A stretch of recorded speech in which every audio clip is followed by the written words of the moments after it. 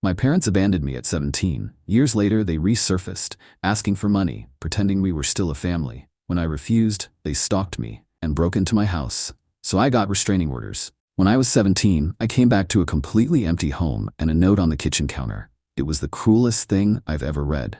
It just said, "You'll figure it out." I didn't know what I'd done wrong. I figured they were just tired of pretending they loved me. But the truth was, they had never even pretended. When I was 13, I made a birthday cake for my mom by myself, only to have her call it clumpy.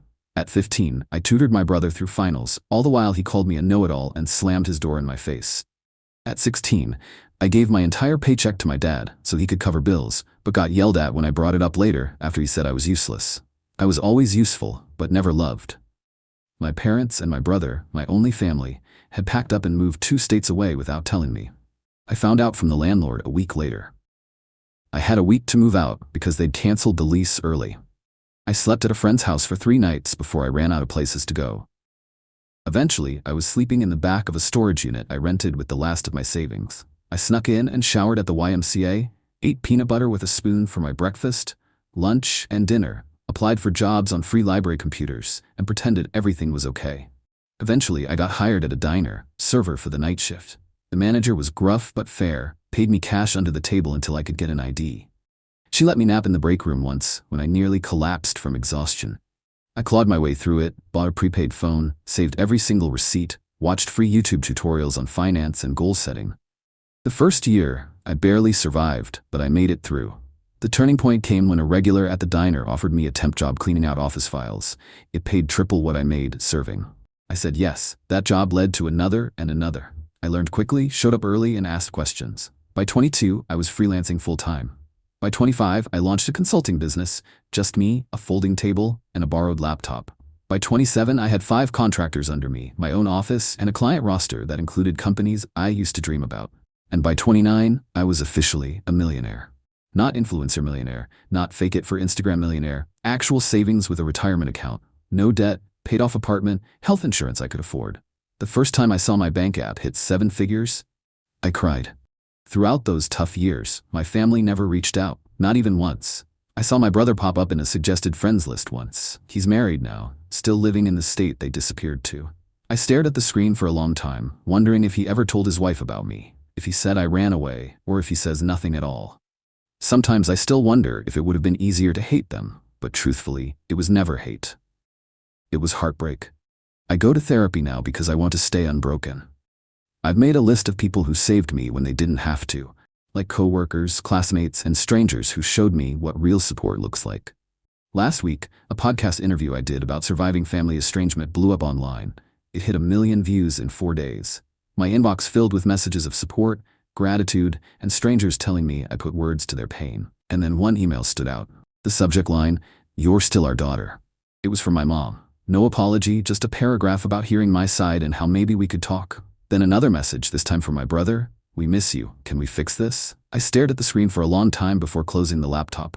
I sat with it and wondered if healing means looking back or staying forward. I didn't respond right away. I needed time to process. My therapist, Melissa, suggested I take at least a week before making any decisions. "Give yourself space to feel whatever comes up," she said during our session. "There's no rush to respond." So I did. I focused on work, went to the gym, had dinner with friends, normal stuff. But those emails haunted me. I kept opening them, reading them, closing them again. My mom's message felt cold, clinical, almost like she was reaching out to a distant acquaintance. My brother's was shorter, but somehow felt more genuine. I couldn't stop thinking about them. After 10 days, I decided to reply to my brother first, just something simple. I wrote, "It's been 12 years, what changed?" Then I hit send before I could overthink it. His response came within an hour. He said the podcast made him realize what they'd done. He claimed he was only 15 when they left me, that he didn't have a choice, that he'd always wondered about me, that he'd looked me up online a few times over the years, but never had the courage to reach out, that seeing me successful made him proud. I didn't buy it, not completely. If he'd been so concerned, why wait until I was publicly successful? I asked him exactly that. His next email was longer. He admitted that money was tight for them, that my parents' business had failed, that his wife was pregnant with their second child, that medical bills were piling up. I felt my stomach drop. There it was, the real reason. I didn't respond for another week. Then my mom sent a follow-up email with old family photos attached. Pictures of me as a baby. Pictures of us at the beach when I was maybe 5 or 6. Pictures of me and Michael building a snowman. Happy moments that felt like they belonged to someone else's life. At the bottom of the email she wrote, "We made mistakes. We want to make amends." I showed the emails to Melissa during our next session. She reminded me that I was in control, that I could set boundaries, that I didn't owe them anything. But she also said that closure might help me move forward, whether that meant reconciliation or a final goodbye. I nodded along, but inside I felt conflicted. Part of me wanted to tell them to go to hell. Another part wanted to understand why they left me, and a tiny, stupid part of me still wanted to love me. I decided to meet my brother first, just him, no parents. We arranged to meet at a coffee shop in Chicago, halfway between where we both lived. I flew in that morning, checked into a hotel, and tried to calm my nerves. I almost canceled 3 times, but at 2 p.m., I walked into that coffee shop and saw him immediately. He looked older, heavier, with a receding hairline, but his eyes were the same. He stood up when he saw me, awkward and uncertain. I didn't hug him. We just sat across from each other with our coffees, like strangers. The first 20 minutes were painful. Small talk about the weather, about my flight, about his drive. Then he started apologizing. "Emma, I'm so sorry," Michael said, his voice cracking. "I was just a kid when it happened. I didn't know they were planning to leave you behind until it was too late. I was too scared to stand up to them." I just listened, watching his face for signs of deception. He seemed sincere, but I'd been fooled before. I asked him the question that had haunted me for 12 years. Why me? Why was I the one left behind? He looked down at his coffee. "They always saw you as the strong one, the independent one, the one who would be fine on your own. They thought you didn't need them as much as I did. They convinced themselves you'd be better off without them." It was the most ridiculous thing I'd ever heard. I told him about the storage unit, about eating peanut butter for weeks, about showering at the YMCA and working night shifts at 17. His face crumbled. "I didn't know," he whispered. "They told me you had a plan, that you wanted to stay behind, that you were going to live with a friend's family, that you'd chosen to separate from us." All lies. By the end of our meeting, I wasn't sure what to think. He seemed genuinely remorseful. He showed me pictures of his wife and daughter, told me about his job as an accountant, asked about my business, didn't directly ask for money, which surprised me. When we parted, he hugged me. I let him, but I didn't hug back. I just stood there, arms at my sides, feeling nothing. Back at my hotel, I called Melissa, told her everything. She pointed out that while my brother seemed sorry, he was still framing himself as a victim, rather than acknowledging his role in my abandonment. She was right. He'd been 15, not 5. Old enough to pick up a phone, old enough to send an email, old enough to check on me at some point in 12 years. That night, my mom called. I hadn't given her my number, so Michael must have. I almost didn't answer, but curiosity won out. Her voice sounded older, raspier. She cried when I said hello, started talking about how proud she was of me, how she'd always known I would succeed, how special I was. I let her talk herself out. Then I asked her the same question I'd asked my brother. Why me? Her answer was different. "We were in debt, Emma. We couldn't afford 3 mouths to feed. We knew you were smart enough to make it on your own. We figured you'd go to social services and get placed with a better family. We thought we were doing you a favor." I hung up on her, blocked her number immediately, threw my phone across the room and screamed into a pillow. The next morning, I had an email from my dad, first contact in 12 years. He didn't apologize. Instead, he wrote about how hard their lives had been, about medical bills and failed businesses, about how Michael's wife needed surgery, about how they were facing eviction. Then, at the very end, he asked if I could help the family out. Not a single question about my life, not a single acknowledgement of what they'd done. I forwarded the email to Melissa with the subject line, and there it is. She called me immediately, despite it being Sunday. We talked for an hour about boundaries, about forgiveness versus reconciliation, about the difference between helping someone and enabling them, about what I actually wanted versus what I thought I should want. By Monday morning, I had made my decision. I emailed my brother, told him I was glad we'd met, that I understood he was in a difficult position when we were younger, that I was willing to have a relationship with him and his family, but with clear boundaries. No money, no loans, no financial support of any kind, and no relationship with our parents until they took full responsibility for their actions. His response was immediate and telling. "I'm really disappointed, Emma." He wrote, "Our parents really need help. Families should support each other. You're being selfish with your success." All the guilt buttons they'd installed in me as a child pushed at once. I didn't respond. Instead, I booked an appointment with Melissa and a vacation to Bali. I needed space to process everything. 3 days later, Michael called, left a voicemail apologizing for his email, said he understood my position, said he still wanted a relationship on my terms, said he'd respect my boundaries. I listened to it twice, trying to decide if he was sincere or just changing tactics. I decided to give him one more chance, but with my guard up. I went to Bali anyway, spent 2 weeks on the beach, hiking through rice fields and meditating. I needed the distance. When I got back, I had 6 more emails from my dad, each more desperate than the last. I didn't read past the subject lines. I also had a text from Michael asking if we could talk again. I agreed to a phone call, nothing more. The call started okay. He apologized again for pushing. "I've been thinking a lot about what you told me," he said. "I'm in therapy now too." I believe that part. He sounded different, less defensive. We talked about his kids, about my business, normal stuff. Then he mentioned that our parents were coming to visit him next weekend, asked if I would consider meeting them, just for an hour, in a public place. I felt my chest tighten. "I'm not ready for that, Michael." He pushed a little, but backed off when I got quiet. After we hung up, I called Melissa. We had an emergency session that night. She helped me realize I was afraid of seeing them, not because I hated them, but because I still craved their approval, still wanted them to love me, still wanted to be enough. It was pathetic, but it was true.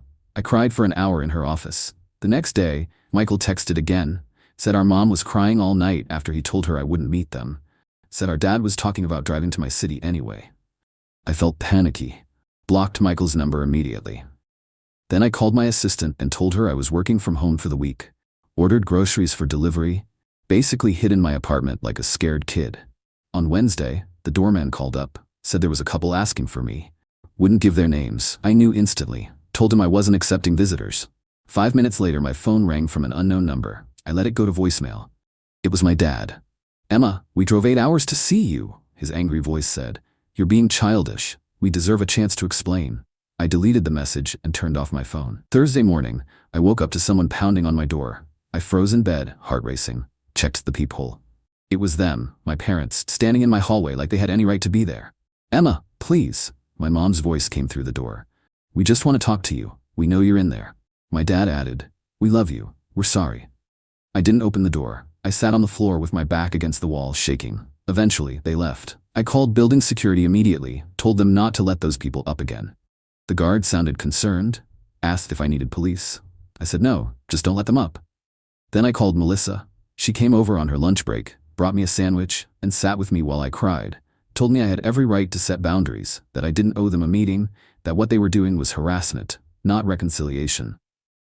After she left, I got an email from Michael. He was furious, said I'd humiliated our parents, said they were staying in a cheap motel they couldn't afford because they were so desperate to see me, said his wife needed surgery next month and they were hoping I could help, said I was being cruel. I didn't respond. Friday morning, I decided I needed to leave town for a while. Booked a flight to visit my friend Rachel in Portland. She'd been one of the people who helped me when I was homeless, let me crash on her couch for a week when I had nowhere else to go. I trusted her completely. I was throwing clothes in a suitcase when my phone rang, unknown number again. I ignored it. 10 minutes later, my doorman called, said there was a woman downstairs having what looked like a medical issue, said she was asking for me by name, claimed to be my mother. I felt sick. Told him to call an ambulance if she needed help, but I wasn't coming down. He sounded uncomfortable but agreed. I finished packing and headed downstairs. An hour later, checked the lobby carefully before entering. No sign of them. I felt relieved, but also weirdly guilty. The doorman gave me a strange look as I passed, told me the ambulance had come, that the woman had been having chest pains, that she'd been taken to Memorial Hospital. I nodded and hurried out to my waiting Uber. At the airport, I got another call from Michael. I almost didn't answer, but something made me pick up. Mom had a heart attack. He was crying. She's in surgery. This is your fault for stressing her out. I hung up on him, called Melissa instead. She answered immediately. I told her what happened, asked if I was a terrible person. "Emma, listen to me," she said firmly. "You are not responsible for your mother's health. This feels like another manipulation tactic. Get on your plane and take care of yourself." I did. Spent the weekend with Rachel. Told her everything. She remembered when my family abandoned me, remembered how broken I'd been. She was furious on my behalf. "They don't deserve a minute of your time," she said, pouring me another glass of wine. "Not after what they did to you." It felt good to have someone so firmly in my corner. Sunday night, I got an email from my dad. My mom was stable, had a stent put in, would be released Tuesday. The email ended with, "She's asking for you. Don't you think you've punished us enough?" I showed Rachel. She rolled her eyes so hard I thought they might get stuck, told me this was textbook guilt tripping. I knew she was right, but part of me still felt responsible. I flew home Monday, found flowers outside my apartment door. The card said, "Please call us. We're staying at the Holiday Inn until Wednesday." No apology, no acknowledgement of boundaries, just another demand. I threw the flowers in the trash. Tuesday morning, I got a text from an unknown number. It was a photo of my mom in a hospital bed, looking pale and small. The message said, "She might not have much time left. Do you really want to live with this regret?" I blocked the number, called Melissa. She suggested I take a social media break, change my number, maybe even stay with a friend for a while. I agreed, called my assistant and told her I'd be working remotely for 2 weeks. Packed another bag. Before I could leave, my doorman called again. Said there was a young woman downstairs asking for me. Said she had a small child with her. Said she claimed to be my sister-in-law. I felt cornered. These people wouldn't stop. I told the doorman to send her up, decided to face this head on. The woman who knocked on my door looked exhausted, had dark circles under her eyes, was holding a sleeping toddler against her shoulder. "I'm Jenny," she said quietly. "Michael's wife. I came alone because I wanted to talk to you without family drama." I let her in reluctantly, offered her water. She accepted gratefully. Jenny put her sleeping daughter on my couch, tucking a blanket around her. Then she sat at my kitchen table and started talking. "I only learned about you 3 years ago," she admitted. "Michael told me you ran away at 17, cut contact with the family. I always thought it was strange but never pushed. Hearing your podcast was a shock. I confronted him and he finally admitted the truth." I just listened, not sure what to believe anymore. Jenny seemed sincere. "I'm horrified by what they did to you," she continued. "I insisted Michael reach out, but I had no idea they were going to ask you for money. I'm embarrassed and angry about that.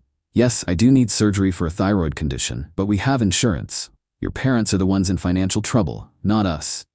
I asked her why she'd come. She looked me straight in the eyes. "You deserve to know the whole truth," she said. "Your parents have been telling everyone you abandoned the family, that you were mentally unstable, that you stole money from them before disappearing, that they spent years looking for you.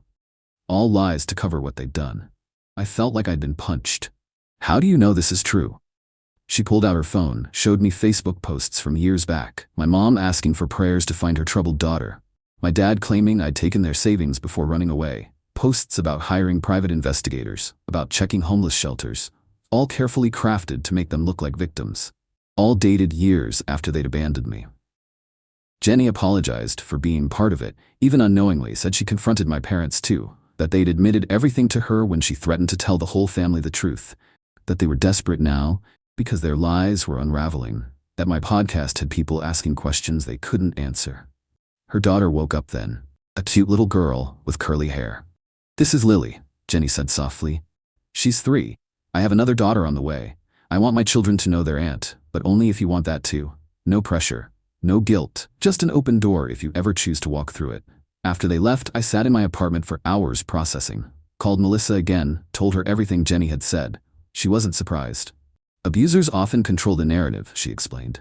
"They create alternate realities where they're the victims."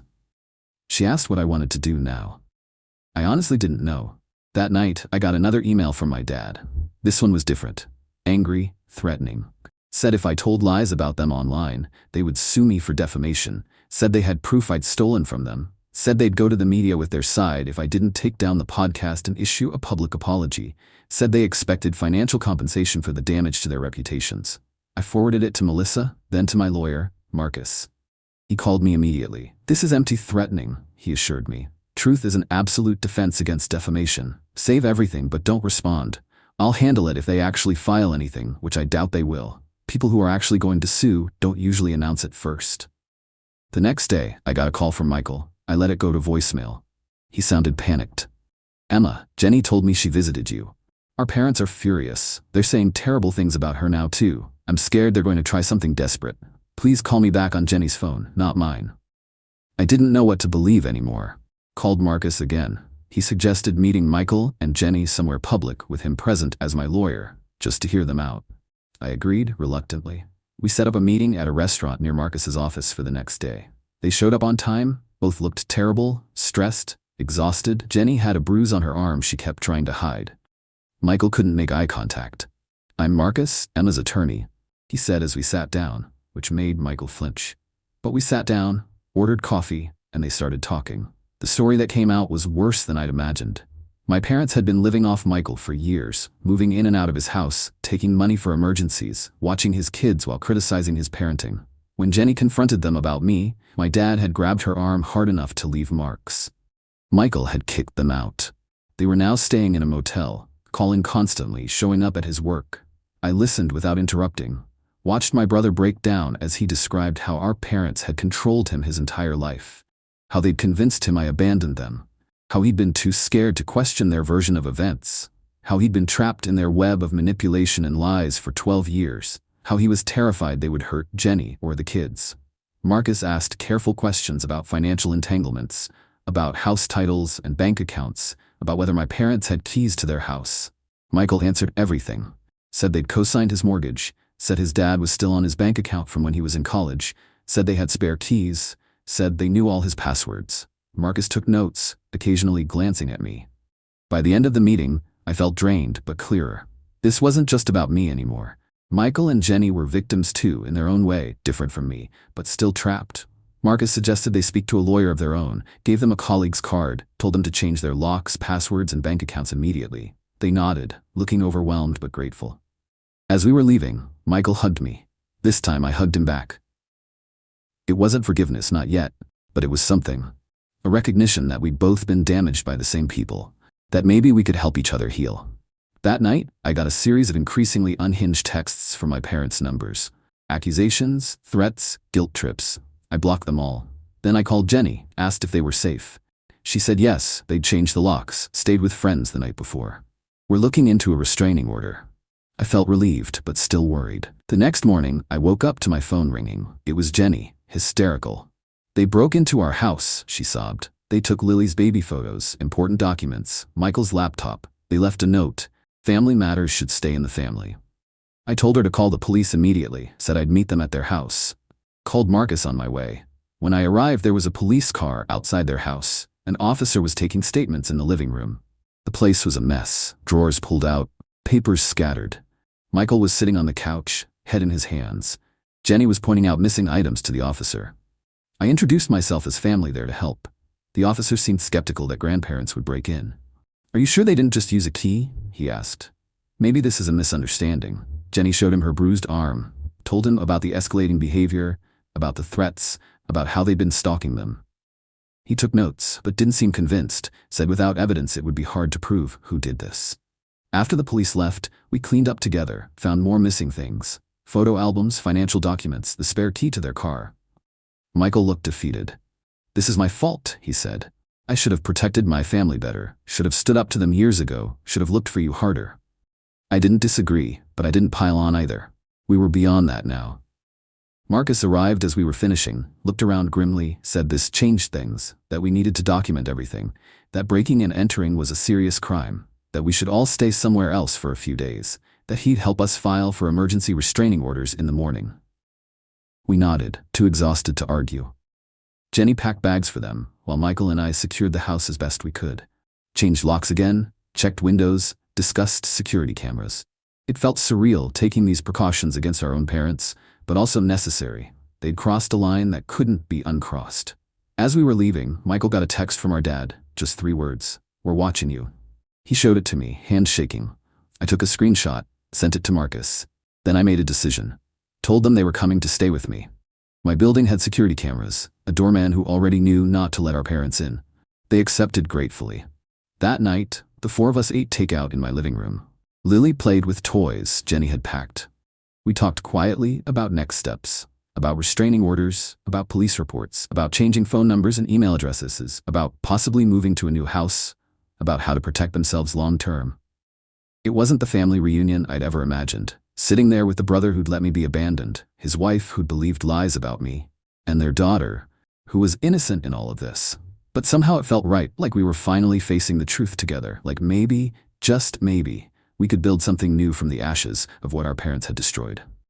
The next morning, Marcus called, said he'd filed emergency restraining orders for all of us, said we needed to appear in court next week to make them permanent, said he'd also reported the break-in to a detective he knew who was taking it more seriously than the responding officers had, said we should all stay together until this was resolved. I agreed, called my assistant, Told her I'd be working from home indefinitely. Family emergency. She understood, rearranged my schedule. I set up a workspace in my guest room for Michael, who also needed to work remotely. Jenny and Lily took over my living room, building pillow forts and watching cartoons. It was strange having people in my space. I'd lived alone for years, liked my quiet routines, my clean counters, my empty sink. But there was something comforting about the noise too. About Lily's laughter, about Jenny's quiet humming as she folded laundry, about Michael's typing from the other room. It felt like family. Not the family that had abandoned me, but maybe the family we could become. That afternoon, my doorman called up, said there was a delivery. Flowers. I told him to check the card before sending them up. He read it to me. "We know where you all are. This isn't over." I told him to refuse the delivery, call the police if the delivery person wouldn't take them back. Then I called Marcus again. He said he'd add this to our case file, that it strengthened our request for restraining orders, that we were doing everything right. I didn't tell Michael or Jenny about the flowers. They were stressed enough. Instead, I ordered extra groceries, made dinner for everyone, played with Lily, tried to create some normalcy in this bizarre situation. But that night, after everyone was asleep, I sat alone in my kitchen and finally let myself feel everything. The fear, the anger, the grief, the strange hope. I cried silently into a dish towel so no one would hear me. In the morning, Jenny found me making coffee, asked if I was okay. I lied, said yes. She didn't believe me, sat down at the counter. "It's okay not to be okay, Emma," she said gently. "I'm not either." Michael cries in the shower where he thinks no one can hear. Lily keeps asking when we can go home. This whole situation is terrible, but I'm grateful we're facing it together. I looked at her, this woman I barely knew who was somehow now part of my life. Asked her why she'd come to me that first day, why she'd chosen to believe me over the family she'd known for years. She smiled sadly. "I've always felt something was off about your parents, about the stories they told, about the way they controlled Michael. The podcast confirmed my suspicions. I couldn't let my daughters grow up thinking abandoning a child was ever acceptable." We hugged then, first time. It felt awkward but genuine, like the beginning of something. Not friendship exactly, not yet, but understanding, solidarity, a shared determination to break the cycle of mistreatment that had damaged us all. The next few days fell into a routine. Working, cooking, playing with Lily, checking in with Marcus, jumping at unexpected noises, flinching when phones rang, living in a strange limbo of domestic normalcy and underlying tension. We were safe, but not at peace. Together, but still healing. Family, but still learning what that meant. On Friday, Marcus called with news. The detective had found evidence. Security footage from a gas station near Michael's house showed our parents' car parked there during the time of the break-in. The restraining order hearing was set for Monday. He was confident we'd get approved. We all felt relieved, but still anxious, still waiting for the next escalation. It came that night, a brick through Michael's car window in the parking garage. No note this time, no need for one. The message was clear. The building's security footage showed a man in a baseball cap, face carefully turned away from cameras. We couldn't prove it was our dad, but we all knew. Filed another police report, added it to our case file, tried not to let Lily see how scared we were. Sunday night, we sat together making a plan for court. What to wear, what to say, what evidence to bring, how to explain our family history without sounding crazy, how to make the judge understand the pattern of escalation, how to protect ourselves legally and physically. It felt surreal discussing our parents this way, like talking about strangers, dangerous strangers, who happened to share our DNA. As we talked, my phone pinged with an email notification from my mom. Subject line, "Last chance." I almost deleted it unread, but something made me open it. It was short, just one line. "If you go to court tomorrow, you'll regret it for the rest of your life." I showed it to Marcus, who'd stayed for dinner. He took a screenshot, added it to our file, told me not to respond, said this kind of threat would only help our case. That night, none of us slept well. I kept checking my locks, listening for noises, wondering what my parents might do next. Wondering if we were overreacting, wondering if we were underreacting, wondering how my life had come to this point. From abandoned teenager to successful businesswoman, to hiding in my own apartment from the people who gave me life. Monday morning arrived with a strange calm. We dressed carefully, business casual, respectable, trustworthy. Jenny arranged for a friend to watch Lily. We drove to the courthouse in separate cars, just in case. Met Marcus on the steps outside.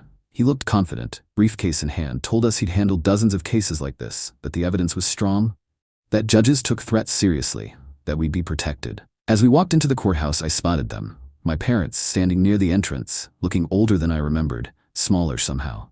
My mom saw me first, made a move toward me. My dad grabbed her arm, held her back. They watched us pass, Didn't speak, didn't try to approach, just stared with a mixture of anger and something else, something that might have been fear. We filed past them into the building, checked in at security, followed Marcus to the correct courtroom, sat together on a bench waiting for our case to be called. I could feel my parents enter behind us, could sense them sitting on the opposite side of the room, could almost hear their whispered conversation. But I didn't turn around, kept my eyes forward, focused on breathing. The judge called our case. We stood, walked forward, took our places. Marcus presented our evidence calmly. The break-in, the threatening texts, the flowers, the brick, the email, the history of abandonment and manipulation. The judge listened carefully, asked clarifying questions, looked at our parents with increasing concern. When it was their turn, my parents approached the bench. No lawyer, just them. My dad spoke first, claimed we were exaggerating, that they were just trying to reconnect with family, that they'd never broken any laws, that they loved us and wanted to make amends, that this was all a misunderstanding blown out of proportion. The judge asked about the security footage, the threatening messages. My dad denied everything, said it wasn't them on the footage, said their texts were being misinterpreted, said they were the victims here, not us. My mom nodded along, occasionally dabbing at her eyes with a tissue. Then the judge asked them directly about abandoning me at 17. My dad hesitated, started talking about troubled teens, about difficult decisions, about doing what they thought was best. The judge cut him off, asked again directly, "Did you leave your minor child alone and move to another state?" My dad looked down, mumbled something about financial hardship. The judge's expression hardened. After hearing both sides, the judge granted our restraining orders. 3 years, no contact, no approaching our homes or workplaces, no messages through third parties. Any violation would result in immediate arrest. My parents looked stunned, like they couldn't believe this was happening, like they'd never faced consequences before. As we left the courtroom, my mom called my name just once, softly. I kept walking, didn't look back, felt a weight lifting with each step. Not healing, not yet, but the beginning of it, the first real boundary that couldn't be crossed without serious consequences. Outside, Marcus shook all our hands, said we'd done well, said the orders were solid, said to call him immediately if there were any violations, said he was proud of us for standing up for ourselves. We thanked him, feeling dazed but relieved, like survivors of a natural disaster blinking in the sunlight. Michael hugged me on the courthouse steps, a real hug this time. "I'm sorry, Emma," he said, voice breaking. "For everything, for not protecting you then, for not finding you sooner, for believing their lies, for bringing this chaos back into your life." I hugged him back, told him we were going to be okay, that we had each other now, that we could build something new, something better. As we walked to our cars, I felt my phone buzz, a text from an unknown number. I almost didn't check it, but when I did, I felt a chill. It was a photo of Lily at her friend's house, playing in the backyard, unaware she was being watched. Below it, just 4 words, "This isn't over yet." I showed Michael the text immediately. His face went white. He called Jenny, who was already on her way to pick up Lily. I told them to meet us at my apartment.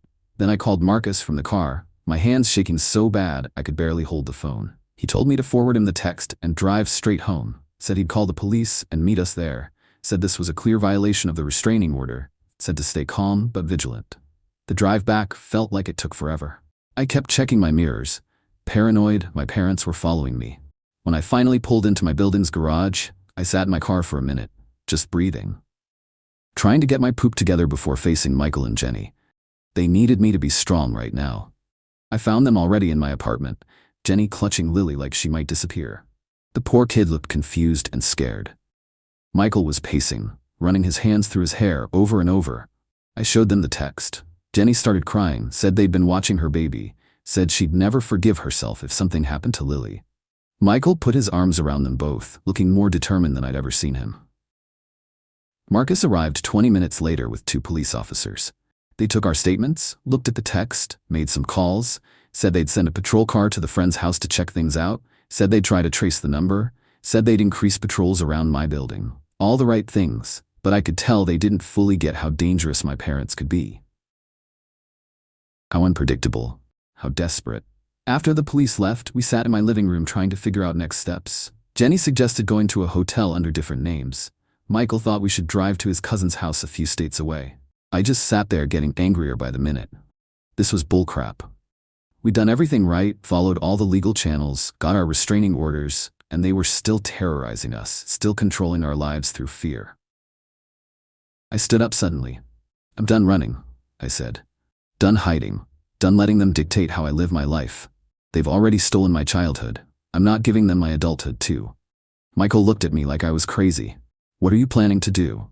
I honestly didn't know yet, but I knew we couldn't keep living like this. That night, we took turns keeping watch while the others slept. I took the first shift, sitting by my living room window with all the lights off, watching the street below. Around 2 a.m., I spotted a car I recognized. My dad's old Buick. It circled the block 3 times before parking across the street. I took pictures with my phone, then woke Michael. We watched together as our dad sat in his car, just staring up at my building, not approaching, not violating the restraining order technically, just letting us know he was there, watching, waiting. In the morning, I sent the photos to Marcus. He said it was concerning, but not technically a violation, since my dad stayed in his car away from the building, said to keep documenting everything, said he'd talk to the detective again. I hung up, feeling frustrated. The legal system had limits. Restraining orders were just pieces of paper. They couldn't stop someone determined to hurt you. Jenny and Michael decided to take Lily to a hotel for a few days, somewhere with interior corridors and good security. I helped them pack, hugged them goodbye, promised to check in every few hours. After they left, I sat in my empty apartment feeling strangely calm, like I'd reached some kind of decision point, like I couldn't keep living in this limbo. I called Melissa, told her everything, asked her what she thought I should do. She was quiet for a minute. Then she asked me a question that hit me hard. What do you actually want from your parents? Not what I didn't want, not what I was afraid of, but what I actively wanted. I realized I'd never really thought about it that way. After we hung up, I made a list of what I wanted. To live without fear. To have a relationship with my brother and his family. To stop feeling responsible for my parents' actions. To be free of the past. Nowhere on that list was reconciliation with my parents. Nowhere was forgiveness. Nowhere was understanding why they did what they did. I just wanted to be free of them. That afternoon, I did something crazy. I emailed my parents, just a short message. I know you're watching my building. I know you're not going to stop. So let's talk one last time tomorrow, noon, the coffee shop on 8th Street. Just me. No police, no lawyers. After that, you leave us all alone forever. I hit send before I could change my mind. I didn't tell Michael or Jenny, didn't tell Marcus or Melissa. This was something I needed to do myself, for myself. I wasn't naive enough to think my parents would suddenly become reasonable people, but I needed to face them on my terms, needed to say my piece, needed to end this cycle once and for all. My dad replied within minutes, "We'll be there." No threats, no guilt trips, just confirmation. I spent the rest of the day preparing, not physically, mentally, thinking about what I wanted to say, what I needed them to hear, what boundaries I needed to set. I slept surprisingly well that night, like making a decision had lifted some weight off me. The next morning, I dressed carefully, not to impress them, just to feel strong, confident. I took an Uber to the coffee shop, arriving 15 minutes early. Chose a table in the back corner, where I could see the door but wasn't immediately visible from outside. Ordered a coffee I didn't really want, just sat there waiting, surprisingly calm.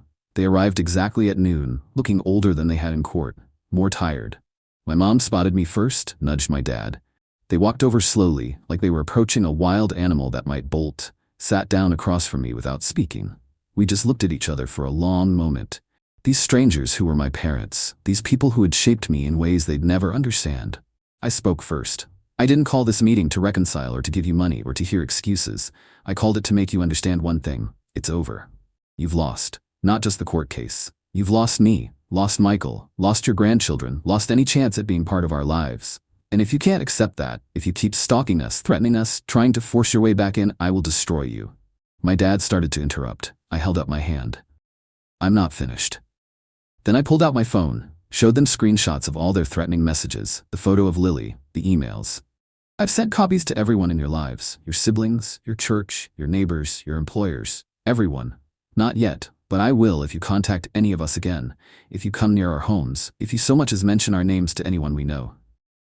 My mom started crying. We just want our family back. We made mistakes, but we deserve another chance. We're getting older and don't want to pass away alone.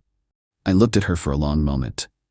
You should have thought about that before abandoning your 17-year-old daughter, before lying to everyone about what you'd done, before breaking into Michael's house, before threatening your own grandchild.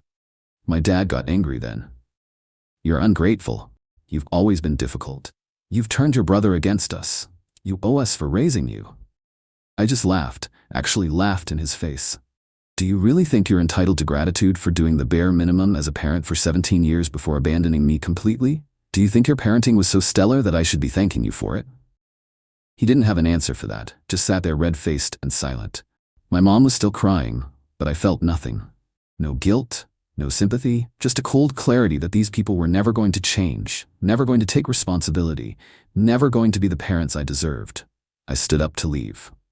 This is your last warning. Next time you violate the restraining order, I won't just call the police. I'll make sure everyone you know understands exactly what kind of people you really are. I have the resources to make your lives very difficult if you force my hand. I don't want to do that, but I will, to protect my family, my real family, Michael, Jenny, Lily, the people I choose. As I walked away, my mom called after me. Do you really hate us that much? I stopped, turned around. I don't hate you. I feel nothing for you. You're strangers to me now, and that's your loss, not mine. I walked out of that coffee shop feeling lighter than I had in years. Called Michael from the sidewalk, told him everything. He was upset at first that I'd met them alone, then concerned they might retaliate, but mostly he seemed relieved that someone had finally stood up to them directly. Said he wished he'd had the courage to do it years ago. I went back to my apartment, packed a bag, decided to join Michael and his family at their hotel for a few days, just to be safe. When I got there, Lily ran to hug me. Auntie Emma? She called for the first time. I almost cried. Jenny hugged me too, said she was proud of me, said she hoped I'd finally get some peace. Michael just squeezed my shoulder, no words needed. We spent the next few days in a weird limbo, waiting for my parents to make their next move, checking our phones constantly, jumping at unexpected noises. But nothing happened. No calls, no texts, no emails, no sightings of their car. Just silence. After a week, Michael and Jenny decided to go home. Changed all their locks again, installed security cameras, made plans to put their house on the market, started looking at places closer to my city. I went back to my apartment too, back to work, back to something like normal life. 2 weeks passed, then a month. Nothing from my parents. Marcus checked in regularly, said the detective had confirmed they'd returned to their home state, said the restraining orders were still in effect, said we should stay vigilant but try to move forward with our lives. Slowly, we did. Michael found a new job in my city. Jenny enrolled Lily in preschool. They bought a house 20 minutes from my apartment. We had dinner together every Sunday, started building new traditions, new memories, a new kind of family based on choice rather than obligation. I kept expecting to feel something about my parents, grief maybe, or guilt, or anger. But mostly, I felt relief, like I'd finally put down a heavy weight I'd been carrying since I was 17. Like I could finally focus on the future instead of the past. 6 months after the coffee shop confrontation, I got a letter, forwarded through Marcus so my address stayed private, from my mom. I almost didn't open it, almost threw it away unread, but curiosity won out. It was short, just a few paragraphs. No excuses this time, no demands, just an acknowledgement that they'd hurt me deeply, that they'd failed as parents, that they understood why I wanted nothing to do with them, that they were getting counseling, that they would respect the restraining orders, that they hoped someday I might be willing to hear a proper apology, but understood if that day never came. I showed it to Michael. He got a similar letter. We talked about it over dinner that night, about whether it was sincere, about whether it changed anything, about whether we could ever trust them again. We didn't reach any conclusions, just agreed to take it one day at a time, to prioritize our healing, to protect the family we were building. I keep the letter in my desk drawer, not because I'm ready to forgive, not because I want reconciliation, but because it represents something important. My parents finally recognizing my right to set boundaries, my right to choose who I allow in my life, my right to define family on my own terms. Last week, Lily had her 4th birthday party. Michael and Jenny invited me to help plan it. We had it at my apartment. Balloons everywhere, a cake I ordered from a fancy bakery, presents piled on the coffee table. Lily running around in a princess dress, laughing. Jenny taking pictures. Michael grilling on my balcony. Friends stopping by throughout the day. So much noise, so much joy. At one point, I stepped into the kitchen for a moment alone, just watching through the doorway as Michael swung Lily around in circles, as Jenny laughed at something a friend said, as my apartment, once so empty and quiet, filled with life and love. I thought about that note on my kitchen counter 12 years ago. You'll figure it out. And I had. Not the way they meant, but I'd figured out what family should be, what love should look like, what I deserved all along. I'm not saying everything's perfect now. I still have trust issues, still go to therapy every week, still have nightmares sometimes about being abandoned, still flinch when my doorbell rings unexpectedly. But I'm healing. We all are. Building something new from the broken pieces of our past. Something stronger. Something chosen. Something real. Sometimes people ask if I'll ever reconcile with my parents, if I'll ever let them meet Lily, if I'll ever forgive them for what they did. I don't have answers to those questions yet. Maybe someday, maybe never. But what I do know is this. I'm not defined by what they did to me anymore. I'm defined by what I built after, by the person I chose to become, by the family I chose to create.